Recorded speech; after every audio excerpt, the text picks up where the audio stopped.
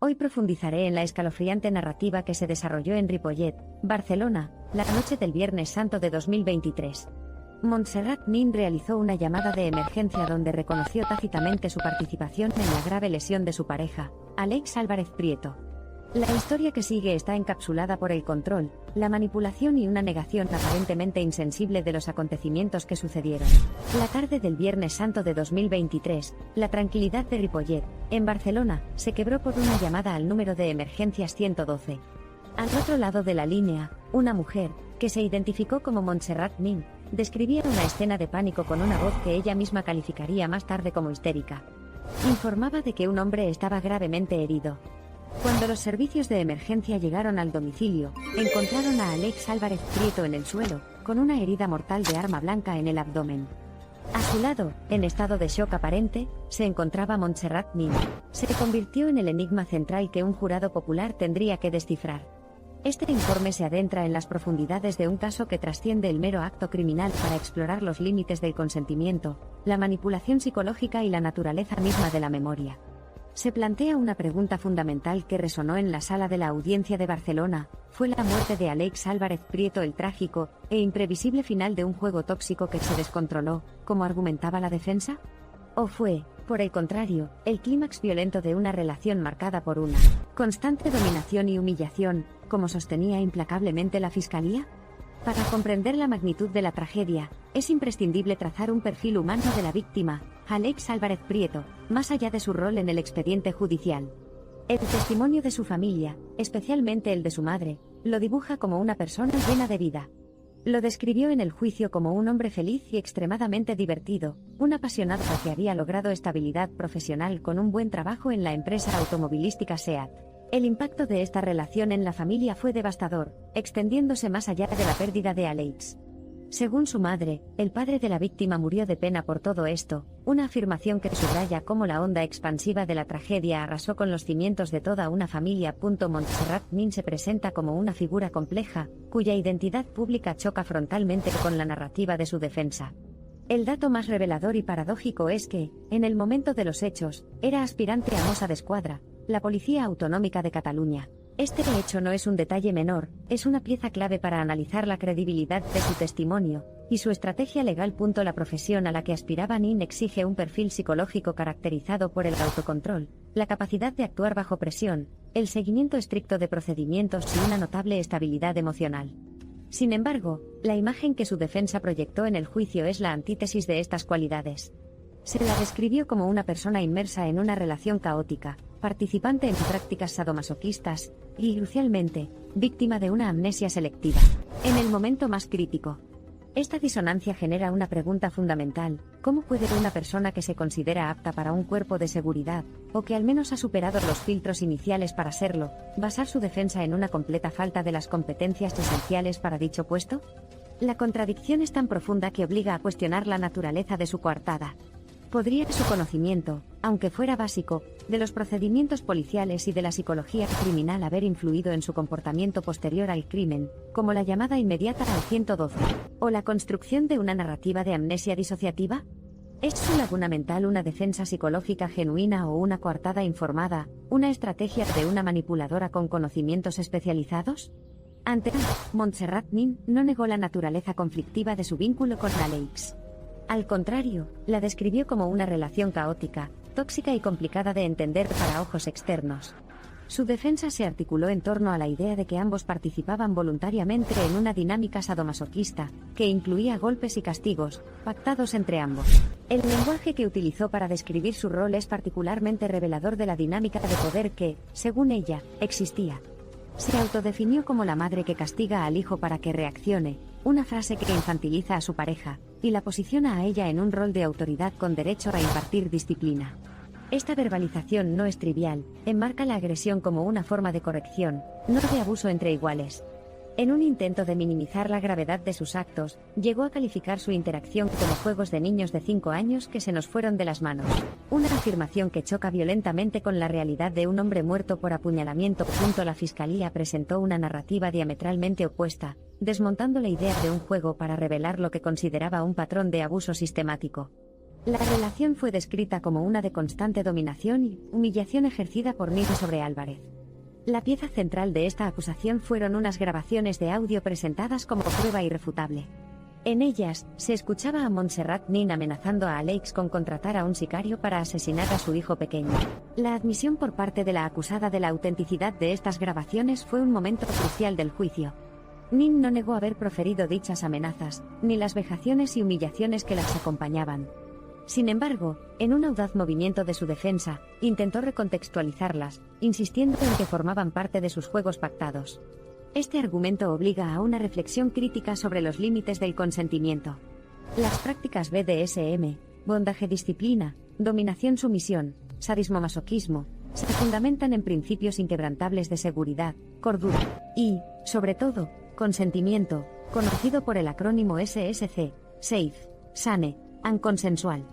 La amenaza de asesinar a un tercero, especialmente a un niño vulnerable, no solo viola estos principios, sino que trasciende cualquier forma de juego erótico o de poder para convertirse en terrorismo psicológico. No es una escena pactada, es una coacción criminal que utiliza el vínculo más sagrado de una persona, el amor por su hijo, como arma.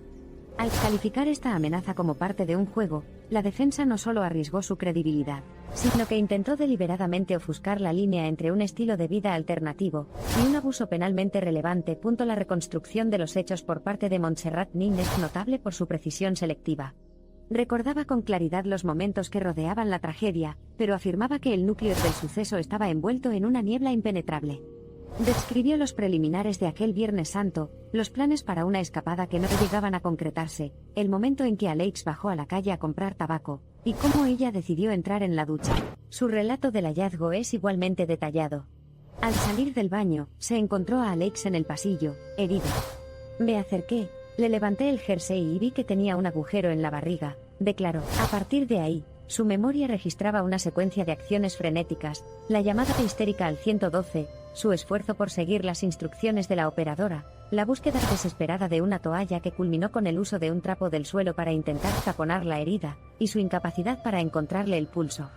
La claridad de estos recuerdos sobre sus propias acciones y su estado emocional contrasta de forma dramática con el vacío que sigue. Este vacío es el pilar de su defensa. Cuando la fiscalía, la acusación particular y su propia abogada le hicieron la pregunta directa, la respuesta fue siempre la misma: ¿apuñaló usted a Aleix? Su contestación: no recuerdo coger el cuchillo, ni clavárselo, ni lavarlo. Ante la insistencia, entonces, ¿qué sucedió? La respuesta era un lacónico no lo sé. La defensa se apoya así en el concepto de amnesia disociativa, un fenómeno psicológico real que puede ocurrir en respuesta a un trauma extremo. Sin embargo, el contexto en el que se presenta esta amnesia es, para la acusación, extremadamente conveniente.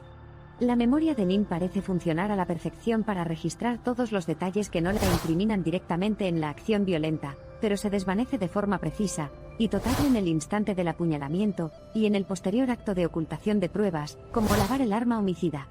Desde un punto de vista lógico y psicológico, resulta improbable mantener una memoria tan vívida y secuencial del entorno, de las propias acciones y del diálogo con los servicios de emergencia, durante un evento traumático, y al mismo tiempo sufrir un apagón total y absoluto del acto central que desencadena dicho trauma, especialmente cuando se es el agente activo. Esto plantea la disyuntiva clave del caso: ¿se trata de un mecanismo de defensa psicológico genuino e incontrolable, o de una estrategia de defensa legal calculada, la coartada perfecta para eludir la responsabilidad penal? El juicio en la audiencia de Barcelona se convirtió en un campo de batalla entre dos narrativas irreconciliables. La fiscalía y la acusación particular sostuvieron que el asesinato no fue un acto impulsivo o accidental, sino la conclusión lógica y previsible de un patrón de abuso y control. Para ellos, la puñalada no era un evento aislado, sino el punto final de una escalada de violencia psicológica que había despojado a Aleix de su voluntad. En el rincón opuesto, la defensa de Montserrat Nin trabajó para sembrar la duda razonable. Su estrategia se basó en la supuesta falta de recuerdo de su clienta y en la naturaleza pactada y tóxica de la relación. Al presentar el crimen como un suceso inexplicable y envuelto en el misterio de la amnesia, buscaban despojarlo de la intencionalidad, el animus necandi o intención de matar, que es un requisito indispensable para una condena por asesinato. El clímax dramático del juicio se materializó en el enfrentamiento testimonial entre la madre de la víctima y la acusada. El testimonio de la madre de Aleix fue el ancla emocional y fáctica de la acusación. Su relato, directo y crudo, aportó una dosis de realidad brutal al proceso. Recordó con espontaneidad el día que su hijo le mostró una fotografía de Nin por primera vez. «¡Qué fea!», le dijo, una anécdota que, por su crudeza, dotó de una gran verosimilitud a su declaración. Su frase final, «ya no le dejó hasta que lo mató», resonó como la tesis de la acusación en la voz de una madre rota por el dolor.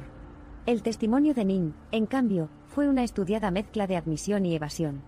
Reconoció la toxicidad de la relación, pero siempre la enmarcó en el paraguas del consentimiento. Su lenguaje corporal, descrito por los cronistas judiciales como una constante mirada baja, y sus palabras finales en el estrado, ojalá el primero estuviera aquí para contarles lo que eran nuestros juegos, fueron interpretados por la acusación como una actuación calculada. Era un intento de generar duda, y apelar a una supuesta verdad oculta que solo el muerto podría confirmar, neutralizando así la contundencia de las pruebas en su contra. El juicio se convirtió, en esencia, en un teatro de la verdad donde el jurado no solo debía sopesar hechos, sino también interpretar la credibilidad de dos actuaciones opuestas, la del dolor genuino y la de la confusión calculada. El caso de Montserrat Nin y Aleix Álvarez Prieto concluyó en la sala de un tribunal, pero las preguntas que plantea resuenan mucho más allá. El jurado se enfrentó a la monumental tarea de dirimir entre dos versiones del mundo que son fundamentalmente incompatibles. Por un lado, la presentada por la Fiscalía, un asesinato que era la crónica de una muerte anunciada, la culminación de un abuso sistemático perpetrado por una mujer controladora, manipuladora y consciente de sus actos.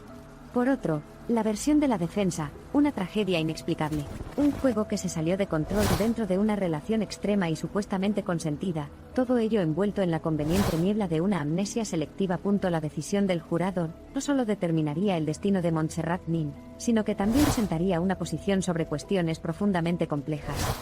¿Puede una amenaza de muerte contra el hijo de una pareja ser considerada parte de un juego consentido? ¿Es creíble que una aspirante a agente de la ley, entrenada para el control, pueda perderlo de una manera tan específica y, a la vez, tan completa? Y, finalmente, ¿puede la ausencia de recuerdo de un acto violento ser suficiente para generar una duda razonable cuando todas las circunstancias materiales y testimoniales apuntan, sin fisuras, a una única autora? La respuesta del jurado a estas preguntas representa un veredicto no solo sobre un crimen, sino sobre la delgada y a menudo borrosa línea que separa la psicología del abuso, el consentimiento de la coacción y la memoria de la mentira. Sería injusto, en la historia de Montserrat y Aleix, clasificarlos como meros perpetradores o víctimas, porque ambos patinan en la delgada franja de hielo del victimismo.